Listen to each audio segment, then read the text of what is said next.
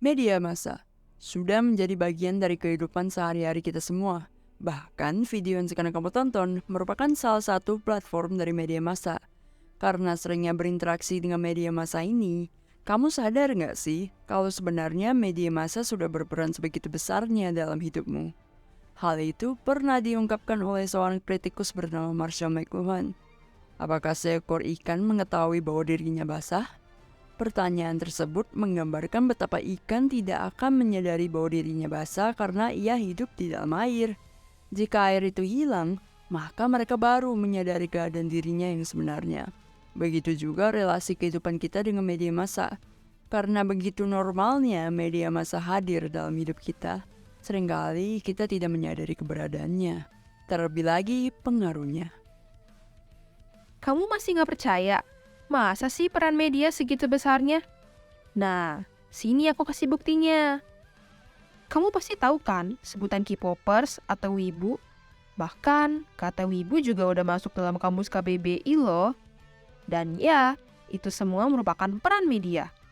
Apa yang kamu pakai sekarang, tren yang kamu ikuti, konten TikTok yang baru aja kamu buat, atau postingan yang baru kamu upload di Instagram.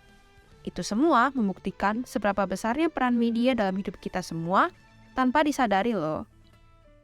Pengaruh media yang sebegitu besarnya, maka dari itu penting bagi diri kita untuk memegang kontrol dengan mengasah kemampuan literasi dalam bermedia.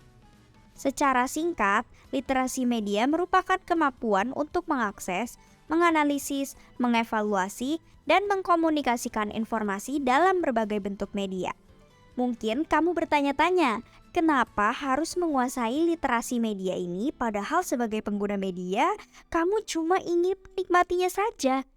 Nah, sebagai pengguna media, terutama anak muda, kita berperan sebagai agent of change. Para generasi muda sekarang memiliki kekuatan untuk membawa perubahan apalagi dalam era yang serba digital. Menurut survei Asosiasi Penyelenggara Jasa Internet Indonesia tahun 2019-2020, penetrasi pengguna internet di Indonesia didominasi oleh kelompok usia 15 hingga 19 tahun sebanyak 91%, disusul oleh kelompok usia 20-24 tahun sebanyak 88,5%. Zaman sekarang, anak muda diberikan kebebasan untuk berpendapat dan memberikan penilaian independen tentang suatu konten media. Kemampuan ini perlu dikembangkan dengan cara pembelajaran yang aktif, membaca, dan menganalisis. Sebagai generasi penerus bangsa, mahasiswa harus memiliki sikap kritis dalam menyikapi informasi yang ada di media sosial. Melalui penelitian yang dilakukan oleh peneliti, mereka mulai memahami bahwa setiap berita yang beredar di media sosial perlu dilakukan kajian lebih lanjut. Berpikir kritis menghindari berita hoax yang beredar di media sosial. Jadi, kita harus selalu ingat bahwa sebenarnya peran media sosial itu bisa membawa manfaat loh, atau malahan bisa menjadi sebaliknya. Ini semua tergantung bagaimana kita sebagai pengguna media menafsirkannya. Sebagai mahasiswa, cukup penting untuk memiliki kemampuan untuk menyikapi suatu berita dengan baik.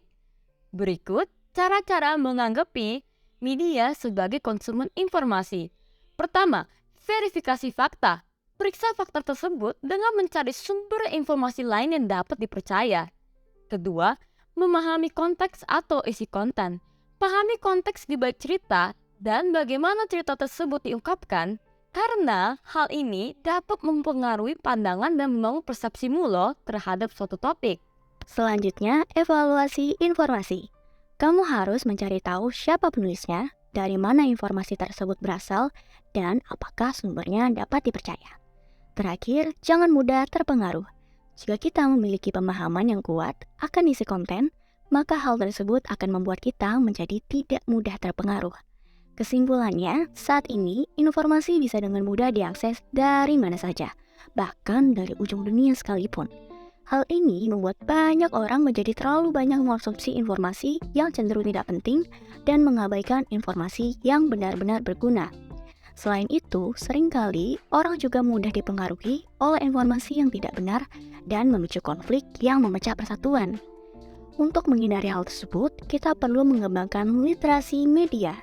Literasi media tidak bermaksud melawan media, melainkan membantu kita memahami bagaimana memanfaatkan media dengan bijak. Sebagai konsumen media, kita bertanggung jawab untuk memilih informasi yang kita konsumsi dan menolak informasi yang tidak benar. Karena itulah, sebagai pengguna media, mari kita menjadi pengguna yang cerdas.